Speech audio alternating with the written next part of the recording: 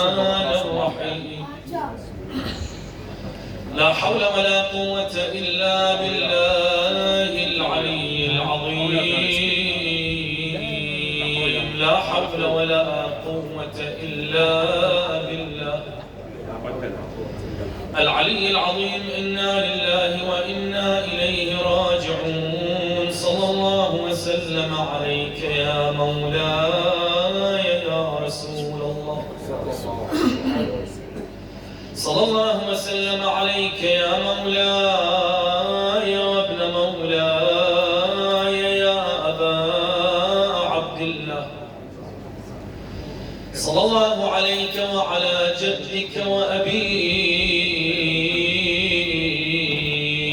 وأمك وأخيك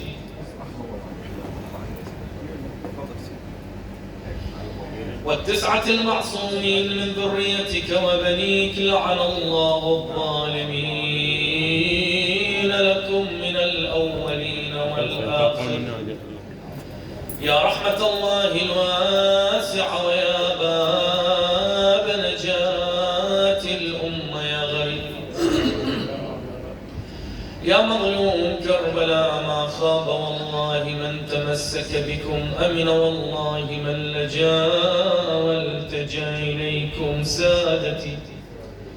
يا ليتنا ثم يا ليتنا كنا معكم فنفوز والله فوزا عظيما. السلام على الحسين وعلى علي بن الحسين وعلى أولاد الحسين وعلى أصحاب الحسين.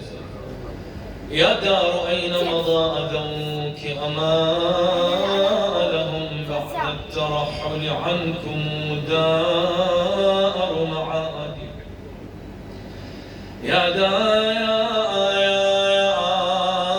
ذكرتني بعراسك القفراء عراس بن النبي الهادي.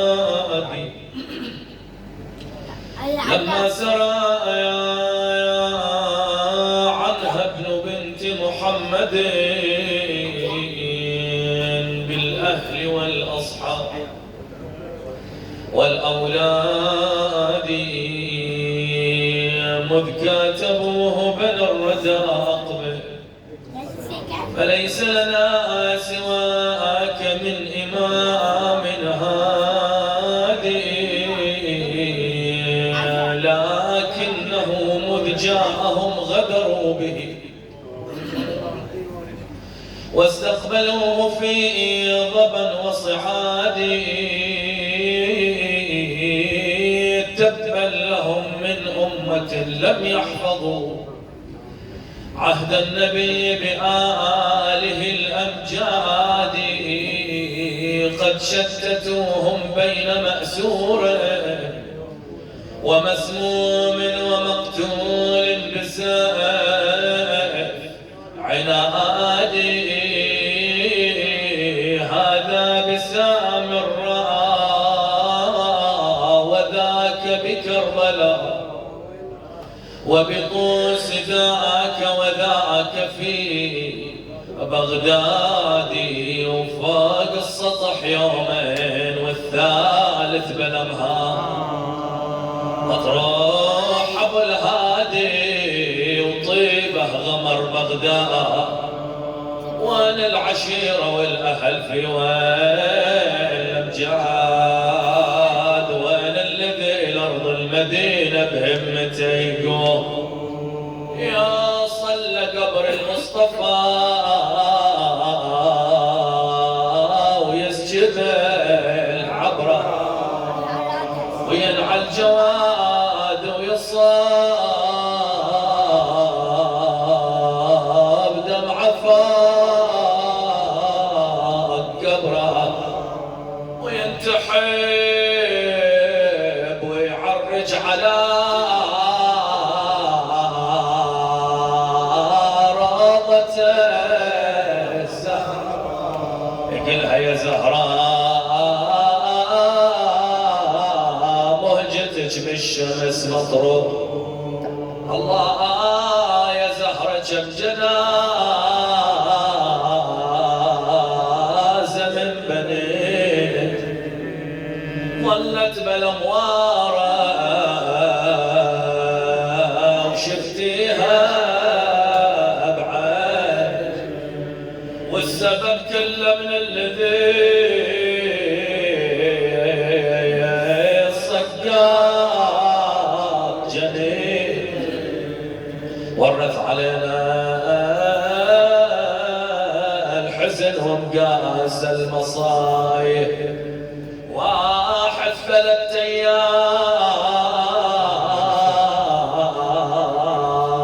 أيام فوق السطح خلاه واحد على حمامي فوق الجسر جابه واما غريب الغاضية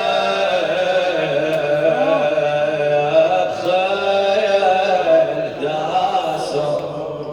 الله يا زهرة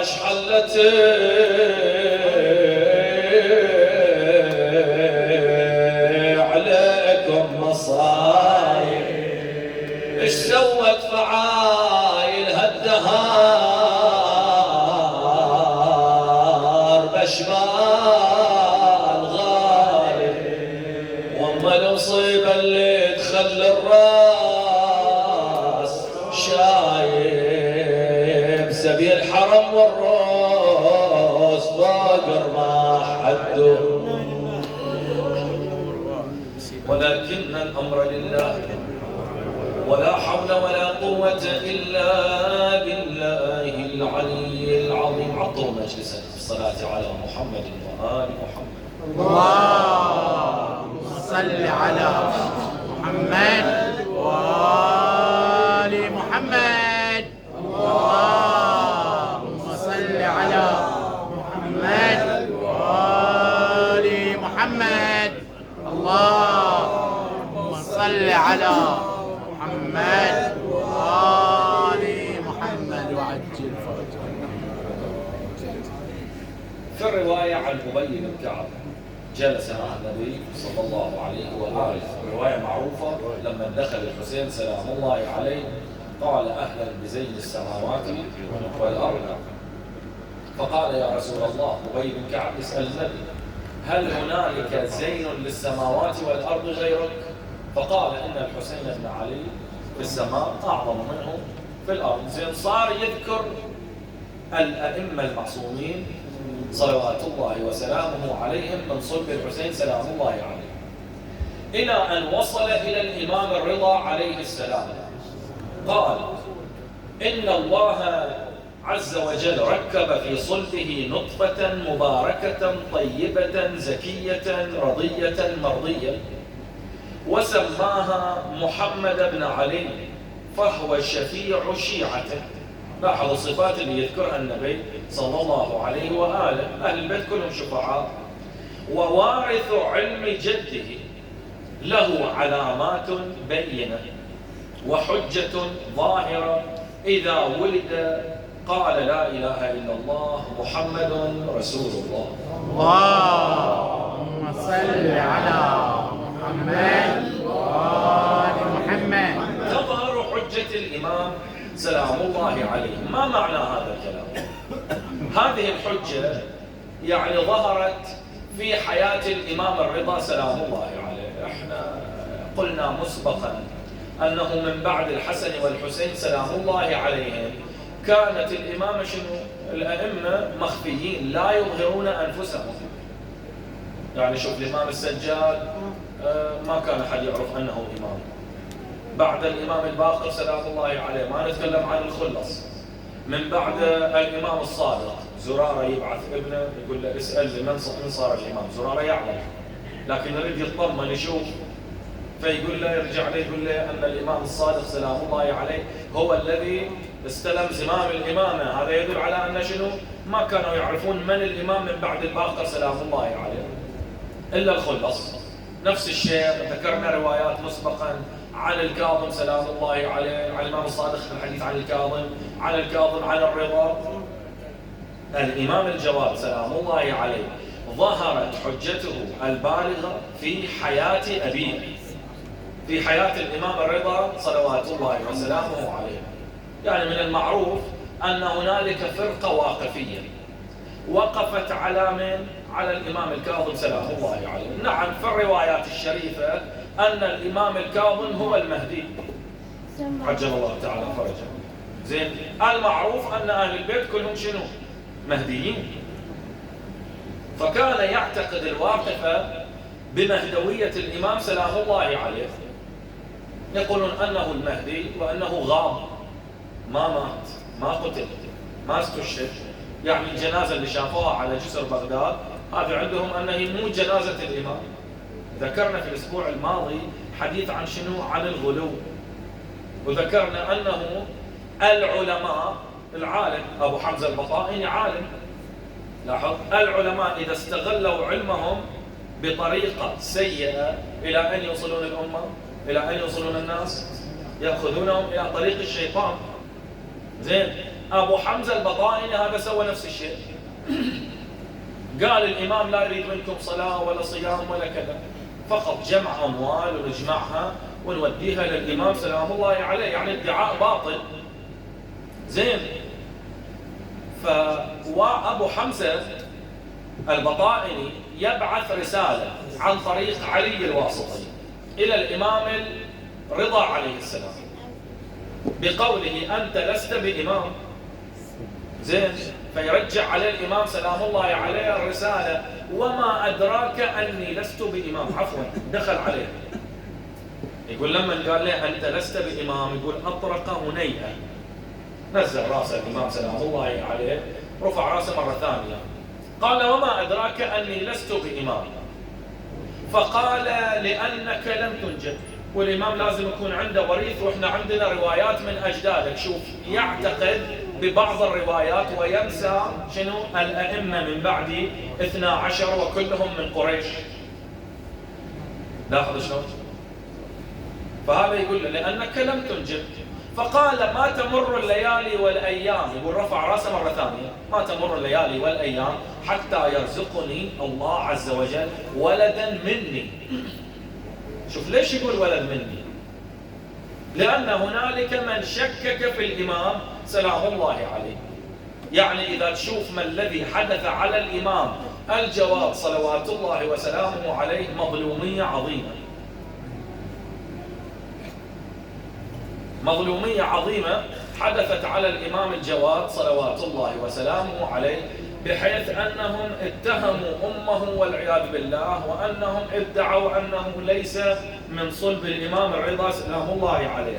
وهذا الشيء ليس سري، ما كان سري، ما كان بينهم مثلا وبين الإمام سلام الله عليه أو بينهم وبين الإمام الرضا عليه السلام، لا، أمام الناس، أمام العالم. لاحظ مثلا هذه الرواية ينقلها الطبري، ابن جرير الطبري في دلائل الإمامة، قال حدثني أبو المفضل محمد بن عبد الله قال حدثني جعفر بن محمد بن مالك إلى أن يصل إلى عن أبي محمد الحسن بن علي اللي هو إمام العسكري عليه السلام، قال كان أبو جعفر عليه السلام شديد الأدم. شديد الأدم يعني شنو؟ يعني أسمر غامق. ولقد قال فيه الشاكون المرتابون وسنه 25 شهرا، يعني سنتين تقريبا وشهر واحد، أنه ليس هو من ولد الرضا عليه السلام. شوف الجرأة على الإمام سلام الله عليه. وقالوا لعنهم الله، هذا الإمام العسكري ينقل الرواية، هو الذي يلعنهم. وقالوا لعنهم الله إنه من شنيف الأسود مولاه، وقالوا من لؤلؤ. خذت عند الإمام الرضا سلام الله عليه بشرتهم أدماء، يعني غامقين، سمراء غامقة. وإنهم أخذوه والرضا عند المأمون، الرضا كان عند المأمون سلام الله عليه في اللي هو مرو، فحملوه إلى القافة. القافة شنو؟ رسول الله نهى عن القيافة، مهنة القيافة، DNA، فحص DNA، مصطلح مالنا الآن. يعني يطالعون الواحد مسبقا ويطابقون مثلا اللي هو طبعة رجله أو قاع رجل، يقولون هذا ابن فلان وهذا ابن فلان. لاحظ. فالنبي صلى الله عليه وآله نهى عن ذلك، لا تروح تفتش. شوف نلاحظ احنا البعض عنده قلة أدب وهو ما يدري انه هي قلة أدب بعض الأحيان. شوف ولده ما يشابه، لاحظ، ولده مو لونه، ولده كذا. شوف مثل هذا الكلام، هذا كلام جارح ترى يجرح. بنته ما تشبه، ما ادري هذا ولد منين، شلون طالع ولدكم كذي؟ هذه قلة أدب، قلة ذوق. لاحظ شلون. فيقول أخذوه إلى القافة عشان يشوفون هذا ابن من. قال وهو طفل بمكة في مجمع من الناس بالبيت الحرام. يعني الناس موجودة، الناس تنظر. يعني انت تصور جايبين واحد امام الناس، ما بنقول في الكعبة الوف هناك قاعدين، بنقول يلا في المجلس هنا ومركبينه على المنبر ويسألون هذا ولد من؟ وجايبين مثلا ابوه او ابوه مشهور، يقولون ان هذا ولد من؟ هل هو ولد فلان؟ شوفوا لانه طالعوا سووا له فحص مثلا. لاحظ. قال فعرضوه عليهم فلما نظروا إليه وزرقوه بأعينهم، زرقوه يعني أمعنوا النظر، خزروه مثل ما نقول، وزرقوه بأعينهم خروا لوجوههم سجدا. شوف دلين الملاعين اللي النبي صلى الله عليه وآله نهى عن مهنتهم ولعنهم، خروا سجدا لله عز وجل. ثم قاموا فقالوا له يا ويحكم، مثل هذا الكوكب الدري والنور المنير يعرض على أمثالنا، إحنا وين وهذا وين؟ ثم وصفوه. وهذا والله الحسب الزكي والنسب المهذب الطاهر، والله ما تردد إلا في أصلاب زاكية. ليش جايبين؟ ايش قاعدين تقولون انتم؟ وأرحام طاهرة، والله ما هو إلا من ذرية أمير المؤمنين علي بن أبي طالب صلوات الله وسلامه عليه ورسول الله محمد صلى الله عليه وسلم. اللهم صل على محمد وآل محمد. قالوا فأرجعوه واستغفروا الله، أو واستقيلوا الله واستغفروه ولا تشكوا في مثله. لاحظ بعد قال وكان في ذلك الوقت سنه 25 شهرا. شوف رد عيدها الإمام سلام الله عليه، الرواية عن الإمام. قال فنطق بلسان أرهف من السيف، يعني أحد من السيف. هذا الإعجاز الإلهي. طفل في السنتين مثلا ما ينطق بلسان فصيح مثلا، أو بلسان قاطع أحد من السيف، يكون بسيط على قده. لاحظ يعني حتى مثلا يوصل 4-5 سنوات ما تشوف عنده ذاك الكلام ذاك المنطق. قال وأفصح من الفصاحة يقول الحمد لله الذي خلقنا من نوره بيده. كلام كبير، من نوره يبين أنهم خلقوا شنو؟ أنوار صلوات الله وسلامه عليه. واصطفانا من بريته، احنا خلق غيركم مو مثلكم.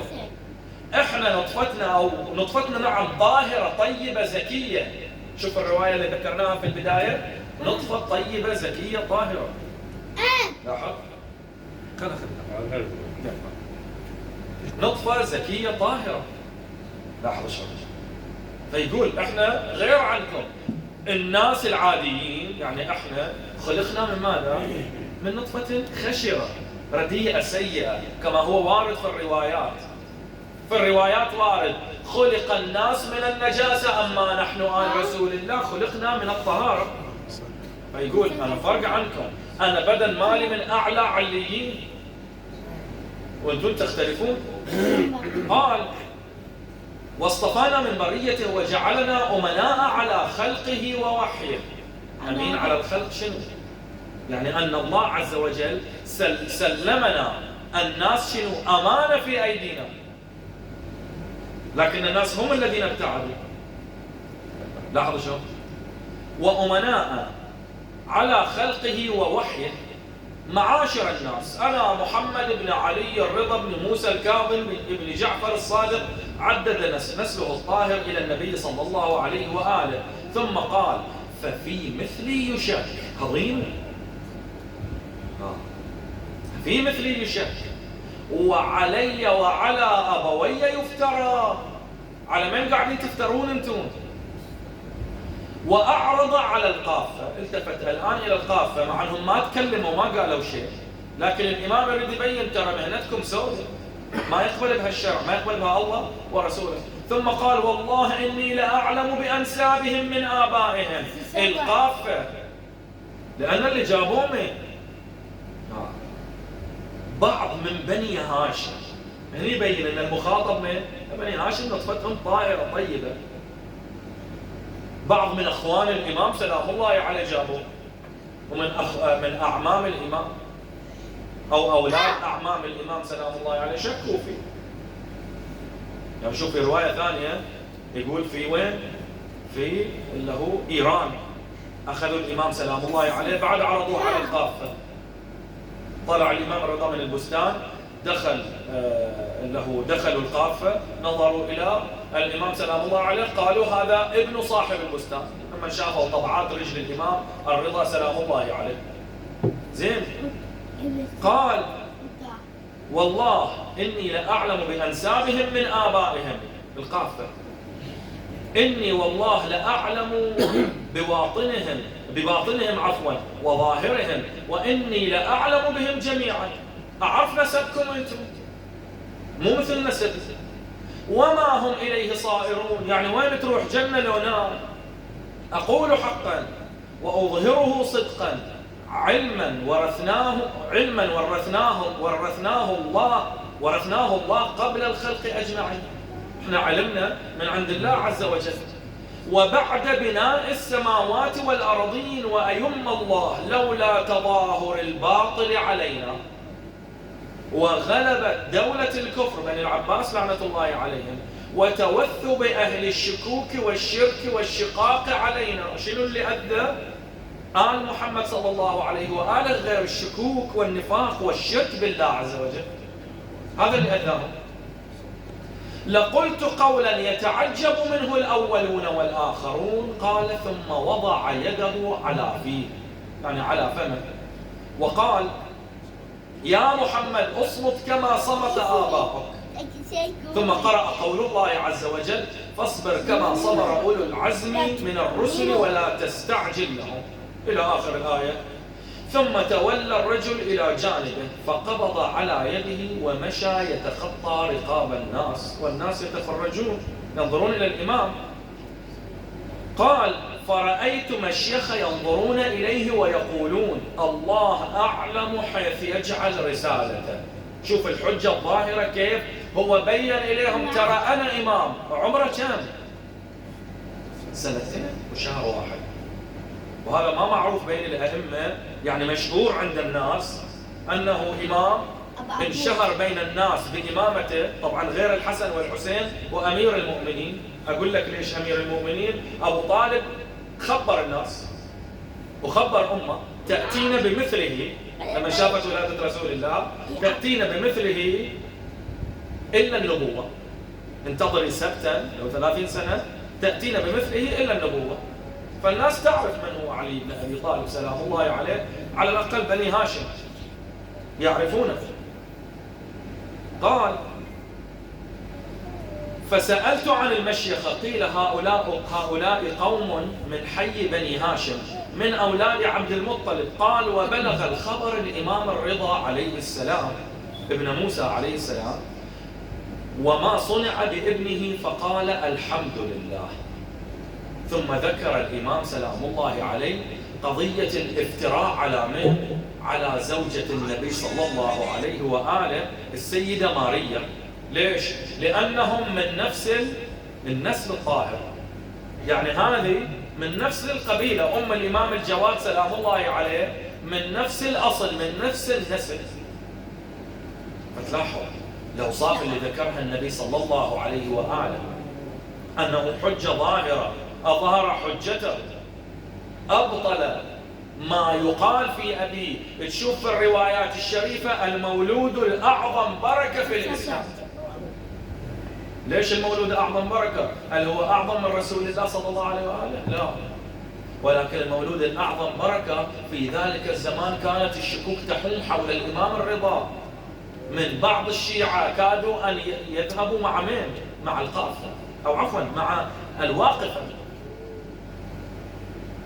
يعني كان ما في تشيع، لولا ولادة الإمام سلام الله عليه هذا التشيع ينتهي، ما يبقى إلا القليل.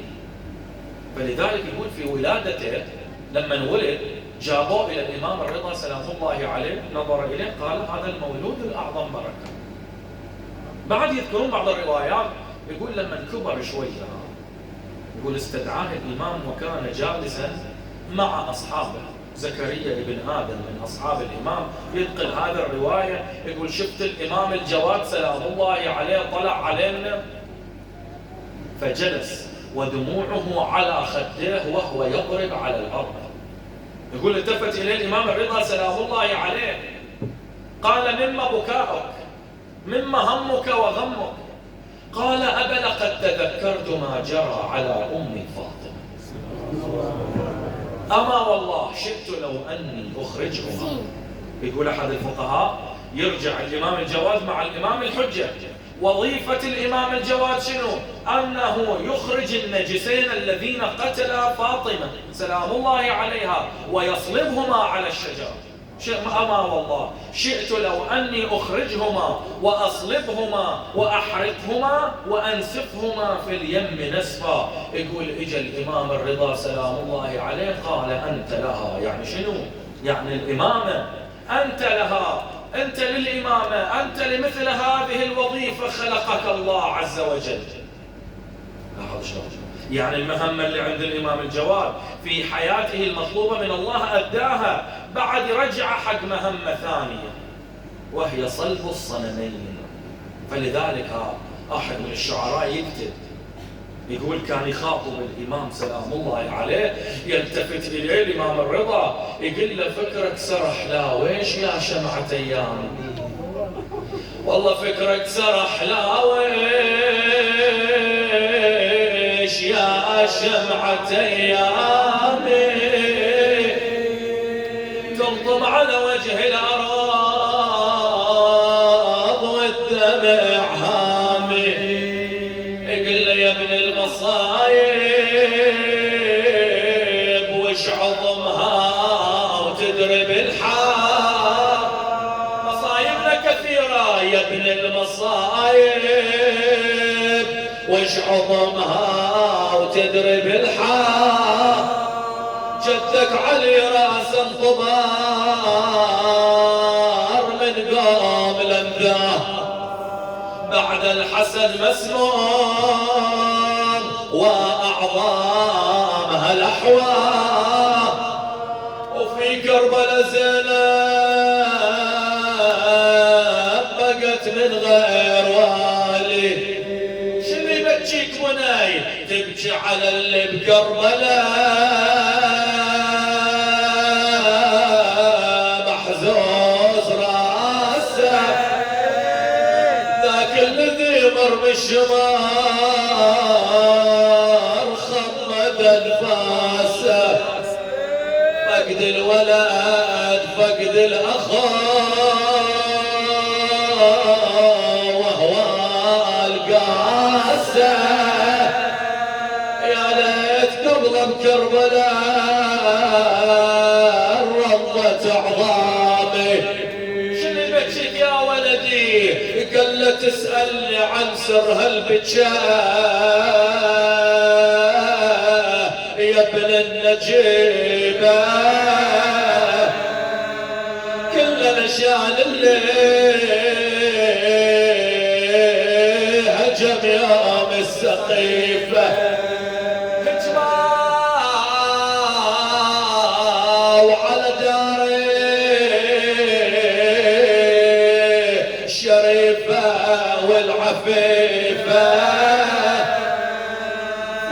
المصيبة شلون ذكرني زماني، والله يا ليت اطلعها انا من وسط القباب، وبالنار اخليها واشبها وبيهم الدوب، واصرخ بصوت يا الثار الضلع مكسور، فدوى لأمي فاطمة الزهرة الزكية. يقول بعد ما طول الإمام، هل أبيات واسألك الدعاء، ما طول الإمام سلام الله عليه 25 عام، شباب يعني توفها، شباب استشهد سلام الله عليه. والله يا أهل الحمية وينكم راحت الغيرة، انتو أهلها يصير يبقى بالظهيرة، فوق السطح يبقى الجواد بلا حفيرة، قوموا للشيع جنازته يا أهل الأمجاد، إليكون مثل حسين يبقى على الوطية، يوم 11 مرت عليه الهاشمية، وتصيح يا ابن أمه تظل غصبا علي، وانا على الناقة ونويد بلقياه، إليكون يبقى والعواد تصعد عليه، مثل الغريب بكربلاء ما حد يواري، وزينب تنادي عليه وهي تعتب عليه، وينك يا حيدر ما تجي لو عنك بعاه، يا أهل الحمية وينكم هاي المسية، ما اشوف جيتوا ولا وسويتوا عزية، لو صارت لكم يا بني عدنان هي تبقى جنايزكم بلا ما أربلوها. اللهم صل على محمد وآل محمد، صل على الزهراء وبعلها وبنيها والسر المستودع فيها والتسعة المعصومين من ذريتها وبنيها، لعن الله غاصبها والله يا الله. إلهي عجل لوليك الفرج، سهل على المخرج، وانصر شيعة أمير المؤمنين، ارحمنا برحمتك يا أرحم الراحمين، فرج عنا يا الله، فك أسرانا، اشف مرضانا، رد غرباءنا، لا تسلط علينا من لا يخافك ولا يرحمنا، ارحمنا برحمتك يا أرحم الراحمين، ارحم موتانا وموتى المؤمنين والمؤمنات، موتى المؤسسين والحاضرين، والفاتحة مع الصلوات.